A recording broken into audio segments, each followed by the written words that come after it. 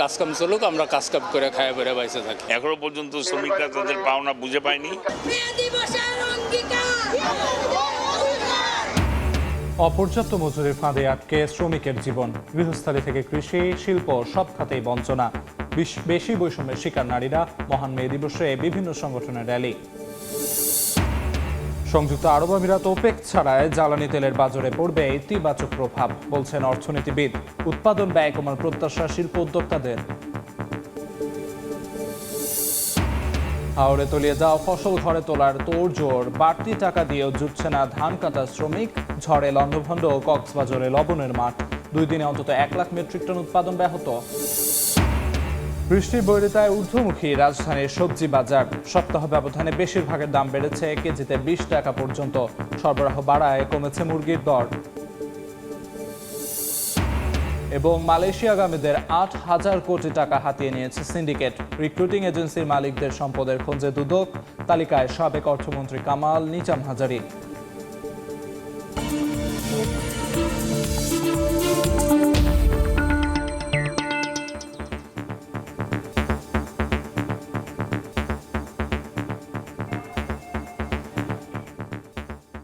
দেখছিলেন শিরোনাম।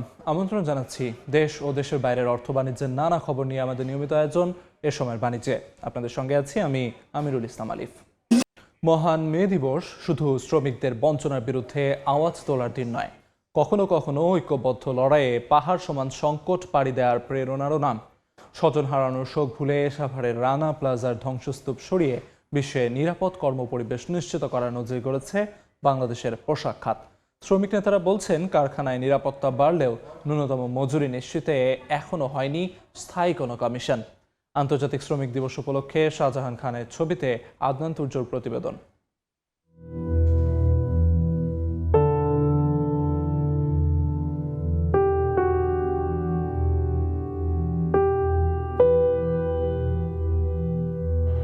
রানা প্লাজার ধ্বংসস্তূপের ওপর দাঁড়িয়ে শুরু হয়েছিল পরিবর্তনের লড়াই। 10 বছরের প্রায় 3,780টি কারখানা পরিদর্শন শেষে বিশ্বের অর্ধেক শীর্ষ 100টি গ্রিন ফ্যাক্টরির মালিক এখন বাংলাদেশ।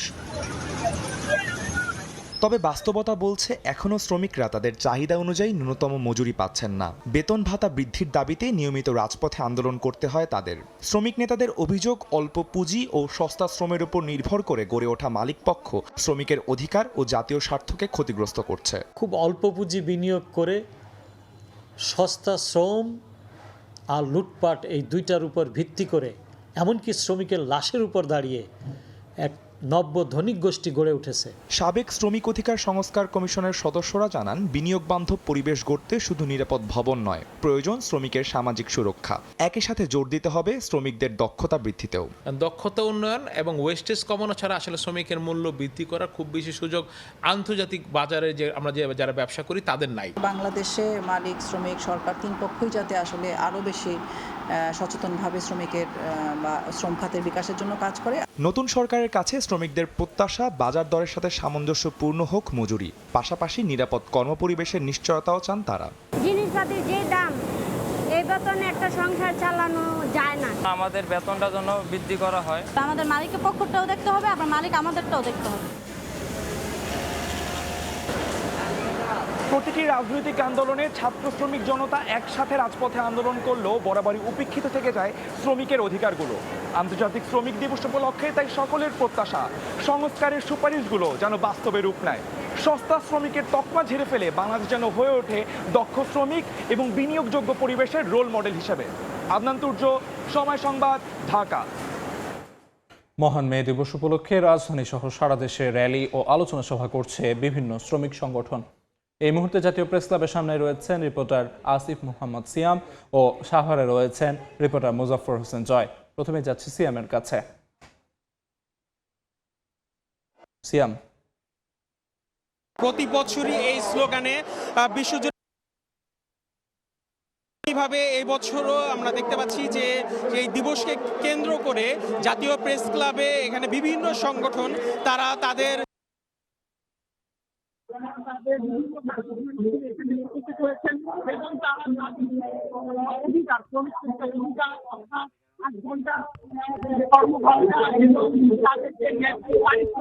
সেই দাবি তারা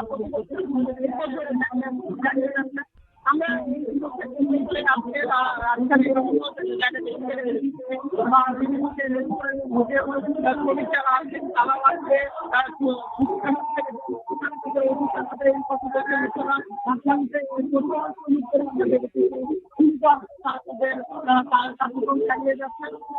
এখানে শ্রমিকরা আমরা দেখতে পাচ্ছি যে তারা এখানে স্লোগান দিচ্ছেন এবং জানাচ্ছেন যে তাদের যে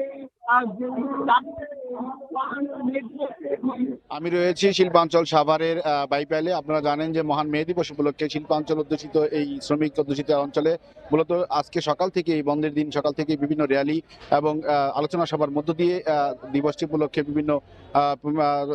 বিভিন্ন প্রতিষ্ঠান সহ বিভিন্ন সংগঠন কিন্তু এই আলোচনায় অংশ নিয়েছে এবং একই সাথে আমরা দেখতে পেয়েছি যে মহাসড়ক এবং শাখা সড়কগুলোতে বিভিন্ন বর্ণাঢ্য র্যালির মধ্য দিয়ে শ্রমিকরা তাদের দাবি দেওয়া নিয়ে বিভিন্ন ধরনের স্লোগান দিয়েছেন। একই সাথে তারা আলোচনা সভা এবং বিশেষ করে সভা সমাবেশগুলোতে তারা বিভিন্ন দাবি দেওয়া তুলে ধরছেন, বিশেষ করে মাতৃকালীন ছুটি সহ উচিত শ্রমিক মূল্য অর্থাৎ শ্রমিকের মূল্য সহ এবং একই সাথে শ্রমিকদের যে নিপীড়ন দমন পীড়ন এই সম্পর্কে বিভিন্ন আলোকপাত করছেন। একই সাথে শ্রমিকরা বলছেন যে তারা যে ধরনের চাহিদা নিয়ে যে ধরনের অবাধ ট্রেড ইউনিয়ন করার কথা ছিল, একই সাথে শ্রমিক রেশনিং ব্যবস্থা এবং আবাসন প্রকল্প এবং একই সাথে শিল্পাঞ্চলে যে কর্ম ব্যবস্থাপনা সেই কর্ম ব্যবস্থাপনাও সঠিকভাবে প্রতিষ্ঠিত হচ্ছে না, যার ফলে কিন্তু শ্রমিকরা বারবারই লাঞ্ছিত হচ্ছে এবং বঞ্চিত হচ্ছে, যার ফলে তারা পহেলা মে সম্পর্কে বা মহান মে দিবস সম্পর্কে শ্রমিকদের মধ্যে বিভিন্ন জিনিসে তুলে ধরছেন এবং সচেতন করছেন। একই সাথে সরকারের দিকে তারা দৃষ্টিপাত করছেন, বলছেন যে মূলত যে মৌলিক বিষয়গুলো সেই মৌলিক বিষয়গুলো সমাধানের জন্য তারা সরকারের বিভিন্ন দাবি দেওয়া তুলে ধরছেন। তা মূলত আজকে সাভার আসলে এবং ধামরাই অঞ্চলে মে দিবস উপলক্ষে বিভিন্ন স্থানে ছোট খণ্ড খণ্ড যেমন র্যালি হয়েছে, ঠিক তেমনি কিন্তু বিভিন্ন স্থানে সমাবেশ হচ্ছে এবং বিভিন্ন আলোচনার আয়োজন করা হয়েছে। একই সাথে আমরা যতটুকু জানতে পেরেছি, বিশেষ করে শিল্পাঞ্চল আশুলিয়াতে কিন্তু র্যালি এবং সমাবেশের সাথে সাথে কিন্তু বিভিন্ন সাংস্কৃতিক অনুষ্ঠানের আয়োজন করা হয়েছে বলে আমরা জানতে পেরেছি। তো মূলত সাভারের আশুলিয়া থেকে আমার কাছে শ্রমিক দিবসের আজকে এই ছিল সর্বশেষ তথ্য। মহান শ্রমিক দিবসের নানা আয়োজন নিয়ে জানাচ্ছিলেন সহকর্মীরা। ওপেক থেকে সংযুক্ত আরব আমিরাতের বের হওয়া বৈশ্বিক জ্বালানি তেলের বাজারে ইতিবাচক প্রভাব ফেলবে। এর সুফল পাবে বাংলাদেশও। ঊর্ধ্বমুখী উৎপাদন ব্যয়ে কিছুটা স্বস্তি মিলবে বলে আশা শিল্প উদ্যোক্তাদের। তবে এজন্য মধ্যপ্রাচ্য পরিস্থিতি স্থিতিশীল হওয়া পর্যন্ত অপেক্ষা করতে হবে বলে মনে করেন অর্থনীতিবিদরা। MS আরিফিনের report. বিশ্বে প্রতিদিন 10 কোটি 50 লাখ ব্যারেল অপরিশোধিত তেলের প্রয়োজন হয়, যার প্রায় 35 লাখ ব্যারেল বা 4% যোগান দেয় আরব আমিরাত। তেল উৎপাদন ও বাজার নিয়ন্ত্রক দেশগুলোর জোট ওপেকের সদস্যপদ থেকে 6 দশকের সম্পর্ক ছিন্ন করার ঘোষণা দিয়েছে দেশটি, যা কার্যকর হচ্ছে মের শুরু থেকেই। তথ্য বলছে বছরে প্রায় 15 লাখ মেট্রিক টন অপরিশোধিত তেল আমদানি করে বাংলাদেশ, যার সিংহভাগই আসে ওপেকের সৌদি আরব এবং আরব আমিরাত থেকে। চলতি বছরের জানুয়ারি পর্যন্ত গেল এক বছরে সৌদি থেকে 7,20,000 আর আমিরাত থেকে এসেছে 6,20,000 মেট্রিক টন জ্বালানি তেল। শিল্প উদ্যোক্তারা বলছেন, মধ্যপ্রাচ্য যুদ্ধের প্রভাবে জ্বালানির বাজার অস্থির। জোটের কোটার বাইরে এসে আরব আমিরাত উৎপাদন বাড়ালে তা দাম বৃদ্ধির পথে বাধা হয়ে দাঁড়াতে পারে বলে মনে করেন তারা। 1-1.5 মাস যাওয়ার পর যখন তারা ওপেক্স প্লাস থেকে বের হয়ে যায়, তাদের উৎপাদনটা বাড়বে, এর জন্য কিছুটা সময় দরকার। যখন সাপ্লাইটা বেড়ে যাবে, হয়তো বা তেলের দাম আবার নিম্নমুখী হওয়ার সম্ভাবনা আছে। বাট এইগুলো সবগুলোই কিন্তু বাট কিন্তু উপর ডিপেন্ড করতেছে। ওপেকের কোটা অনুযায়ী দিনে 30 থেকে 35 লাখ ব্যারেল উৎপাদন করতে পারে আমিরাত। জোট থেকে বের হয়ে সমুদ্রপথ বা পাইপলাইনের মাধ্যমে উৎপাদন বাড়িয়ে 50 লাখ ব্যারেলে উন্নীত করতে চায় দেশটি। বিশ্লেষকরা বলছেন, হরমুজ রুট স্বাভাবিক হলে জ্বালানি তেলের বিশ্ববাজারে বড় ইতিবাচক পরিবর্তন হবে। কারণ এমিরেটস বলছে যে ওই কোটায় আমাদের পোষায় না, তার চেয়ে কয়েক মিলিয়ন ব্যারেল বেশি তারা প্রতিদিন বাজারে সরবরাহ করবে। যেটা এখন $115 চলছে, সেটা এই ওপেক থেকে এমিরেটস বের হয়ে যাওয়ার ফলে 60-এও নেমে যেতে পারে। এই যুদ্ধ যতদিন চলবে, হরমুজ প্রণালী বন্ধ থাকলে এটার বড় ধরনের কোনো একটা ইম্প্যাক্ট হওয়ার সুযোগ নাই। তবে সৌদি আরব আরব আমিরাত দ্বন্দ্বে ভূ রাজনৈতিক অস্থিরতা বাড়লে সরবরাহ আবারও বাধাগ্রস্ত হতে পারে বলে সতর্ক বার্তা দিয়ে বিকল্প জ্বালানি কূটনীতি জোরদারের তাগিদ দিচ্ছেন বিশ্লেষকরা। MS আরিফিন, সময় সংবাদ, ঢাকা। পরিবহন ব্যবস্থাকে আধুনিক ও পরিবেশ বান্ধব করতে বৈদ্যুতিক বাস আমদানিতে সব ধরনের শুল্ক ও কর তুলে নিয়েছে জাতীয় রাজস্ব বোর্ড NBR। এনবিআর এর আদেশ অনুযায়ী স্কুল, কলেজ, বিশ্ববিদ্যালয় বা অনুরূপ শিক্ষা প্রতিষ্ঠানের শিক্ষার্থী পরিবহনের উদ্দেশ্যে বৈদ্যুতিক বাস আমদানিতে কাস্টমস শুল্ক, নিয়ন্ত্রণমূলক শুল্ক, মূল্য সংযোজন কর, সম্পূরক শুল্ক, অগ্রিম কর এবং অগ্রিম আয় কর প্রযোজ্য হবে না। পাশাপাশি এ ধরনের পরিবহন আমদানির আবেদন করলে তা সর্বোচ্চ 10 কার্য দিবসের মধ্যে নিষ্পত্তি করা হবে। তবে শর্ত অনুযায়ী এসব বাসের রং অবশ্যই হলুদ হতে হবে। পাশাপাশি বাসের গায়ে স্কুল বাস, কলেজ বাস, শিক্ষার্থী বাস শব্দগুলো দৃশ্যমান লেখার বাধ্যবাধকতা উল্লেখ করা হয়েছে। Thai Aluminium. The better is now the best. দেখছেন এ সময়ের বাণিজ্য।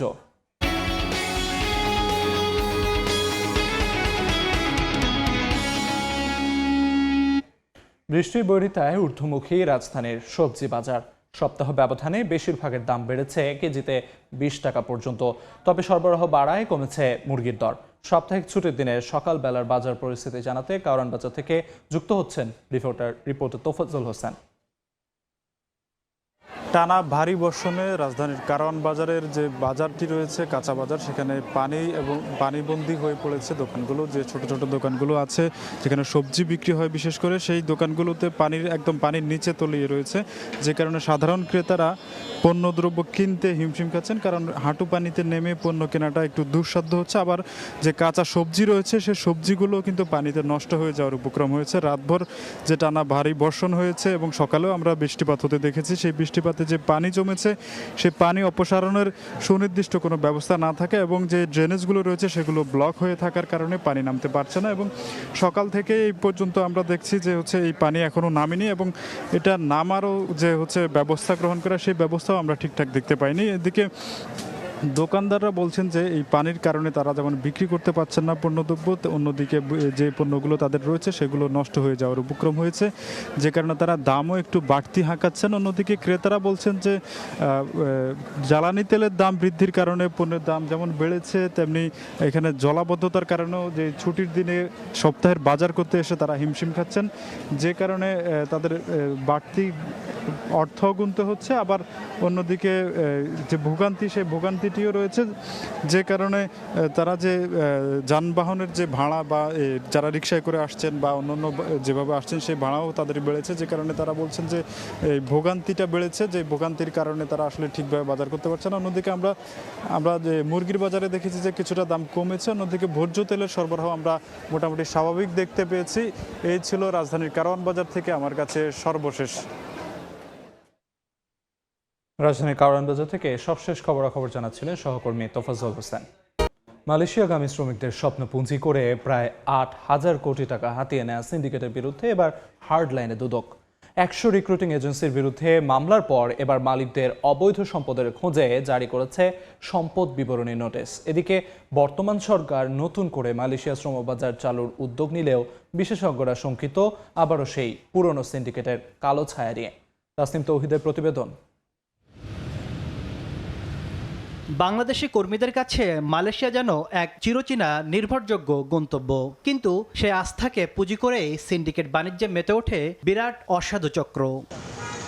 দুদক বলছে, কর্মী নেওয়ার ক্ষেত্রে মালয়েশিয়া অন্য কোনো দেশে এজেন্সির বাধ্যবাধকতা না রাখলেও বাংলাদেশের ক্ষেত্রে বিষয়টি তারা বিশেষভাবে নিয়ন্ত্রণ করেছে। ফলে ৭৯,০০০ টাকা সরকারি খরচ নির্ধারিত থাকলেও মালয়েশিয়াগামী কর্মীদের গুনতে হয়েছে 4.5 থেকে 5 লাখ টাকা। 2021 থেকে 2024 সাল পর্যন্ত 4 বছরে এই চক্র সাধারণ শ্রমিকদের পকেট থেকে অতিরিক্ত হাতিয়ে নিয়েছে প্রায় 8,000 কোটি টাকা। এই সিন্ডিকেটের হোতা রুহুল আমিন স্বপন, সাবেক অর্থমন্ত্রী আহম মোস্তফা কামাল, সাবেক এমপি নিজামুদ্দিন হাজারী সহ প্রভাবশালী ব্যক্তিদের সংশ্লিষ্টতা থাকা 100টি এজেন্সির 232 জনের বিরুদ্ধে মামলা করে দুদক। এবার এই 232 জনের সম্পদের খোঁজে নোটিশ জারি করল সংস্থাটি। সম্পদ বিবরণী দাখিলের প্রয়োজন, সেই অনুযায়ী তারা তাদের সম্পদ বিবরণী দাখিলের নোটিশ জারি করেছেন। এদিকে দীর্ঘ বিরতির পর চলতি বছরই আবারও মালয়েশিয়ার শ্রমবাজার উন্মুক্ত করতে উদ্যোগ নিয়েছে বিএনপি সরকার। স্বচ্ছ প্রক্রিয়ার কথা বললেও সংশয়মুক্ত হতে পারছেন না বিশেষজ্ঞরা। পুরোপুরি কিন্তু আমরা সিন্ডিকেট মুক্ত আমরা দেখছি না, কিন্তু আসলে কিন্তু সিন্ডিকেট মুক্ত হতে হবে, না হলে আপনার রিক্রুটমেন্ট স্বচ্ছ হবে না। অন্যদিকে রিক্রুটিং এজেন্সি সংশ্লিষ্টদের দাবি, হাতে গোনা কিছু এজেন্সির কারণেই বারবার বাংলাদেশের শ্রমিকদের জন্য বন্ধ হয়েছে মালয়েশিয়ার দুয়ার। তাদের ব্যক্তি স্বার্থের জন্য, তাদের গোষ্ঠী স্বার্থের জন্য তারা কিন্তু বাংলাদেশ থেকে সিন্ডিকেট করতে চায়, আর এই সিন্ডিকেট করতে চাওয়ার কারণেই বাংলাদেশের শ্রমবাজারটা উন্মুক্ত হইতে বিলম্বিত হচ্ছে। যোগ্য এজেন্সিগুলোর কাজের ক্ষেত্র উন্মুক্ত করার উদ্যোগ নেওয়া উচিত বলে মনে করেন বাইরার সাবেক এই নেতা। বাংলাদেশের শ্রমবাজারে এরকম আর কোনো সিন্ডিকেশন হবে না। তাসলিম তৌহিদ, সময় সংবাদ, ঢাকা।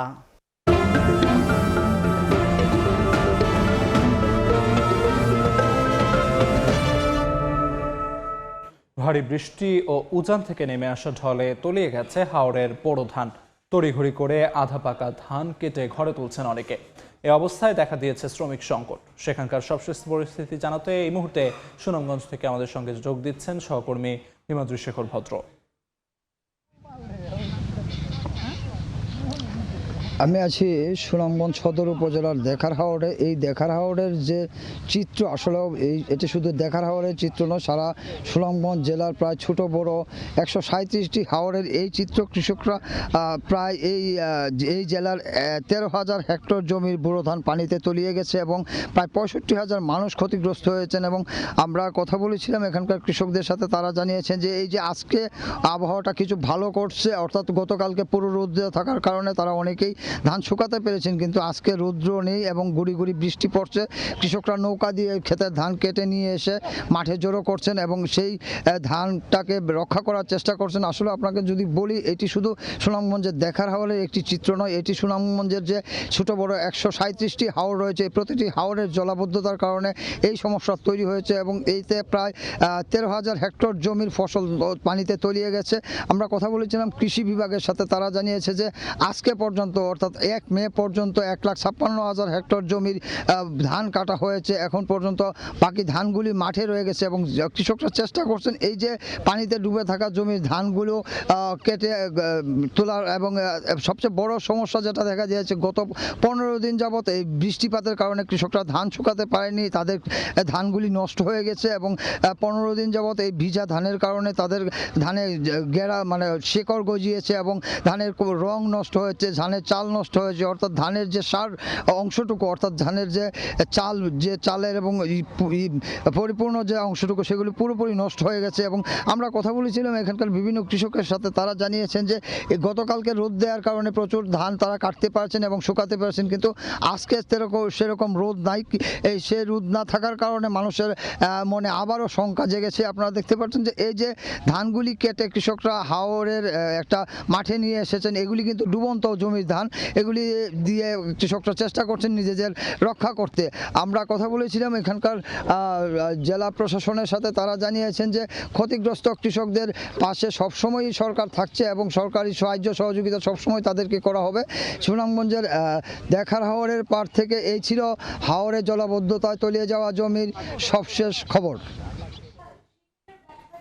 সুনামগঞ্জের হাওর থেকে সবশেষ খবরাখবর জানাচ্ছিলেন সহকর্মী হিমাদ্রি শেখর ভদ্র। কালবৈশাখী ও ভারী বর্ষণে লন্ডভন্ড কক্সবাজার উপকূলের বিস্তীর্ণ লবণ মাঠ। সংশ্লিষ্টদের অভিযোগ, 2 দিনের বৈরী আবহাওয়ায় অন্তত 1 লাখ মেট্রিক টন উৎপাদন ব্যাহত হয়েছে।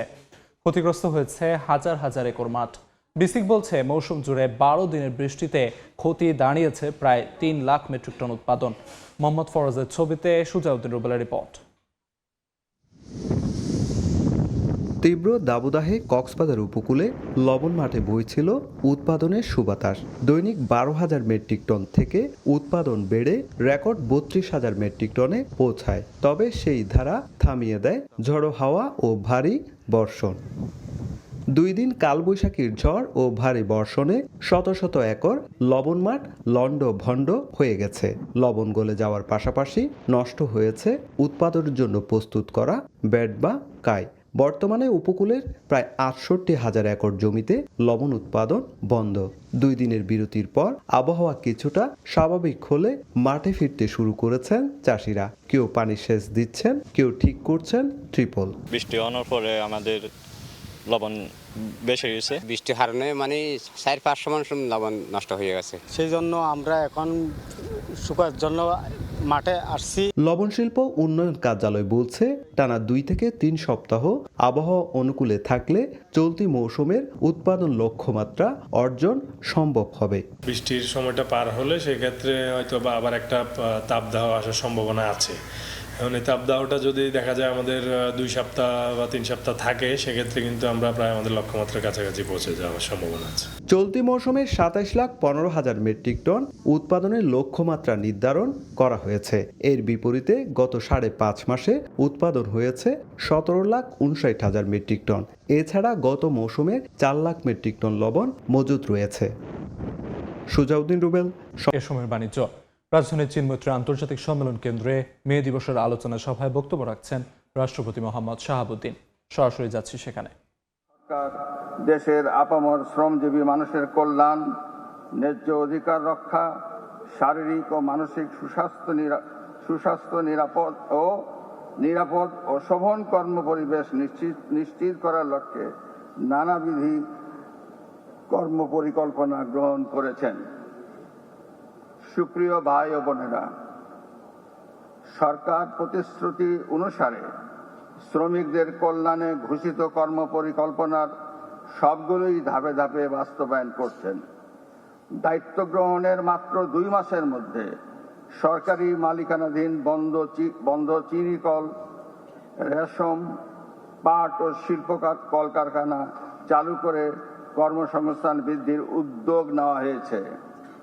চলতি বছরের 6 মাসের মধ্যে পর্যায়ক্রমে 6টি পাট কল চালু করার চিন্তা ভাবনা রয়েছে। সম্মানিত মালিক ও শ্রমিক প্রতিনিধিবৃন্দ, শ্রমিক ও মালিক পারস্পরিক আস্থা সম্পর্ক, সহযোগিতা ও সৌহার্দ্যপূর্ণ কর্মপরিবেশ অত্যন্ত গুরুত্বপূর্ণ।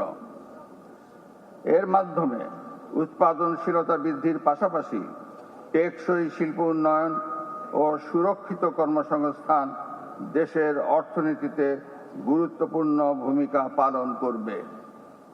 শ্রম খাতে শিল্প সম্পর্ক বজায় রাখা ও শ্রমিক মালিকের অধিকার নিশ্চিত করার লক্ষ্যে ট্রেড ইউনিয়নের কার্যক্রমকে উৎসাহ প্রদান করতে এই সরকার সচেষ্ট। কোনোভাবেই এই অধিকারকে উপেক্ষা করার কোনো সুযোগ নাই। রাজধানীর চিনমৈত্রী আন্তর্জাতিক সম্মেলন কেন্দ্রে বক্তব্য রাখছিলেন মহামান্য রাষ্ট্রপতি। রাষ্ট্রপতির বক্তব্যের সম্পূর্ণ অংশ দেখতে ভিজিট করুন সময় টিভির ফেসবুক পেজে। ডানো ল্যাক্টো রিডিউসড মিল্ক পাউডার বাজারে নিয়ে আসার ঘোষণা দিয়েছে আরলা ফুডস বাংলাদেশ। এ উপলক্ষে গেল বুধবার আরলা ফুডস বাংলাদেশের প্রধান কার্যালয়ে আয়োজিত উদ্বোধনী অনুষ্ঠানে অতিথি হিসেবে উপস্থিত ছিলেন বাংলাদেশে ডেনমার্কের রাষ্ট্রদূত ক্রিশ্চিয়ান ব্রেক্স মুলার এবং ইউরোপিয়ান ইউনিয়ন চেম্বার অফ কমার্সের চেয়ারপারসন নুরিয়া লোপেজ। এ সময় জানানো হয়, স্থানীয় খাদ্যাভ্যাসের বাস্তবতার পরিপ্রেক্ষিতে বৈশ্বিক অভিনবত্বের ব্যবহারে আরলা এর প্রতিশ্রুতির আলোকে এই নতুন পণ্যটি নিয়ে এসেছে। ল্যাকটোজ ইনটলারেন্সের জন্য দুধ পরিপাকের অসুবিধার সাধারণ কারণ, কিন্তু প্রায়শই উপেক্ষিত সমস্যাটির কথা মাথায় রেখে এই নতুন পণ্যটি প্রস্তুত করা হয়েছে। দেখছেন এ সময়ের বাণিজ্য। এসওয়াতিনি বাদে আফ্রিকার সব দেশের ওপর শূন্য শুল্ক নীতি কার্যকর করেছে চীন। 2028 সালের এপ্রিল পর্যন্ত এই সুবিধা বহাল থাকবে। তবে আফ্রিকার অনেক দেশের শিল্প সক্ষমতা কম থাকায় এর কাঙ্ক্ষিত সুফল পাওয়া নিয়ে সংশয় প্রকাশ করেছেন অর্থনীতিবিদরা। তারা বলছেন, বাণিজ্য ঘাটতি কমাতে লজিস্টিক সুবিধা বাড়ানোর পাশাপাশি বৈচিত্র্য আনতে হবে উৎপাদনে। স্থানীয় সময় শুক্রবার থেকে আফ্রিকার 53টি দেশের জন্য শূন্য শুল্ক সুবিধা নীতি কার্যকর করেছে বিশ্বের দ্বিতীয় শীর্ষ অর্থনীতির দেশ চীন, যা বহাল থাকবে 2028 সালের এপ্রিল পর্যন্ত। এর আওতায় পড়ছে প্রায় পুরো মহাদেশ। তবে ব্যতিক্রম এসওয়াতিনি, কারণ দেশটি এখনও তাইওয়ানের সঙ্গে কূটনৈতিক সম্পর্ক বজায় রেখেছে। বেইজিং বলছে, বড় অর্থনীতির মধ্যে তারাই প্রথম একতরফাভাবে এমন শুল্কমুক্ত সুবিধা দিচ্ছে। ব্রিটিশ সংবাদ মাধ্যম বিবিসি জানায়, এই পদক্ষেপে আফ্রিকার কৃষি রফতানি কিছুটা বাড়তে পারে, বিশেষ করে কফি, বাদাম বা অ্যাভোকাডোর মতো পণ্যে। তবে বাস্তবতা হলো, চীন আফ্রিকা বাণিজ্যে ভারসাম্য অনেকটাই চীনের পক্ষে। এদিকে আফ্রিকা কাঁচামাল রফতানির পাশাপাশি প্রস্তুত পণ্য আমদানি করায় কাঠামোগতভাবে ঘাটতি বেড়ে চলেছে। গেল বছরের হিসাব অনুযায়ী ঘাটতি বেড়ে দাঁড়িয়েছে প্রায় $102 বিলিয়ন। অর্থনীতিবিদরা বলছেন শুধু শুল্ক কমানোই যথেষ্ট নয়। আফ্রিকার অনেক দেশের শিল্প সক্ষমতা সীমিত, লজিস্টিক দুর্বল আর উৎপাদন বৈচিত্র্য কম, যে কারণে শুল্ক সুবিধা পেলেও সব দেশ সমানভাবে লাভবান হবে না। দক্ষিণ আফ্রিকা বা মরক্কোর মতো তুলনামূলক শিল্পোন্নত দেশ বেশি সুবিধা দিতে পারলেও দরিদ্র দেশগুলোর জন্য প্রভাব থাকবে সীমিত। এর আগে আগস্টে যুক্তরাষ্ট্র আফ্রিকার কয়েকটি দেশের ওপর সর্বোচ্চ 30% পর্যন্ত শুল্ক আরোপ করেছিল। তবে পরবর্তীতে যুক্তরাষ্ট্রের সর্বোচ্চ আদালত সেই শুল্কের বড় অংশ বাতিল করে, যা বেশিরভাগ দেশের জন্য কমে প্রায় 10% নেমে আসে। অর্জিতা শেহসিন, সময় সংবাদ। এ পর্যায়ে শীর্ষ সংবাদগুলো জানিয়ে দিচ্ছি আরেকবার। আমরা চাই যে ভালোভাবে কাজকাম চলুক, আমরা কাজকাম করে খায় বেড়ে বাইসে থাকি। এখনো পর্যন্ত শ্রমিকরা তাদের পাওনা বুঝে পায়নি। অপর্যাপ্ত মজুরির ফাঁদে আটকে শ্রমিকের জীবন। গৃহস্থালী থেকে কৃষি, শিল্প সব খাতেই বঞ্চনা, বেশি বৈষম্যের শিকার নারীরা। মহান মে দিবসে বিভিন্ন সংগঠনের র্যালি। সংযুক্ত আরব আমিরাত ওপেক ছাড়ায় জ্বালানি তেলের বাজারে পড়বে ইতিবাচক প্রভাব, বলছেন অর্থনীতিবিদ। উৎপাদন ব্যয় কমার প্রত্যাশা শিল্প উদ্যোক্তাদের। এবং হাওড়ে তলিয়ে যাওয়া ফসল ঘরে তোলার তোড়জোড়। বাড়তি টাকা দিয়েও জুটছে না ধান কাটার শ্রমিক। ঝড়ে লন্ডভন্ড কক্সবাজারে লবণের মাঠ। 2 দিনে অন্তত 1 লাখ মেট্রিক টন উৎপাদন ব্যাহত।